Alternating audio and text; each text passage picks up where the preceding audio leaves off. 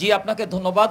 যে বিষয়টা বলছিলেন আইন শৃঙ্খলা রক্ষাকারী বাহিনী এই হত্যাকাণ্ডের পরপরে কিন্তু ব্যাপকভাবে তল্লাশি শুরু করেছেন খুলনা মহানগর গোয়েন্দা পুলিশ এবং কেএমপির পক্ষ থেকে।